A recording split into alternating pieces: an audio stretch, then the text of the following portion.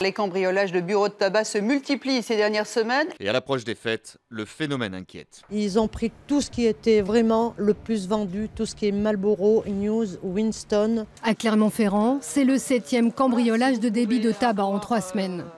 Ici dans l'Yonne, cette buraliste est la 15e du département à être dévalisée depuis la mi-novembre. L'explication est simple, je pense que plus le tabac augmentera et plus les bureaux de tabac seront sollicités par rapport au cambriolage. Crise sans précédent au service de police de la ville de Montréal. Le directeur Philippe Pichet est suspendu. Suspendu après un rapport particulièrement accablant sur le fonctionnement de la police de Montréal. Dans ce rapport, on parle d'enquêtes criminelles qui auraient dû avoir lieu et qui n'ont pas été menées ou qui ont été avortées ou qui ont été annulées. On parle d'enquêtes aussi bâclées.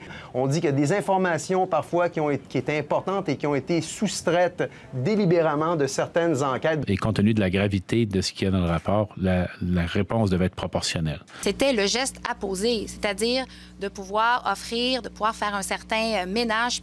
Piratage, espionnage informatique, la Suisse doit renforcer son arsenal face aux cyber-risques. Un constat partagé par de nombreux élus. Le cyber n'a pas de visage à la Confédération. Il y a des compétences en la matière, mais trop peu coordonnées.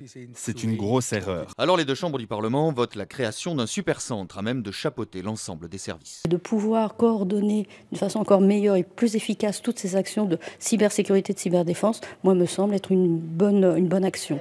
L'histoire de ce nouveau stade national, c'est une fameuse saga belgo-belge. Et oui, à quand le nouveau stade national? Pourtant, l'emplacement est déjà trouvé. Oui, mais... Spécificité du parking C, bien qu'appartenant à la ville de Bruxelles, il se situe sur le sol flamand. Ou le début d'un incroyable imbroglio politico-administratif. Le dossier traîne depuis 2014. Moi j'en ai ras-le-bol des gens qui sont négatifs permanents. Et gna gna gna, et gna gna gna, et les yaka, et les yapa, ça suffit maintenant.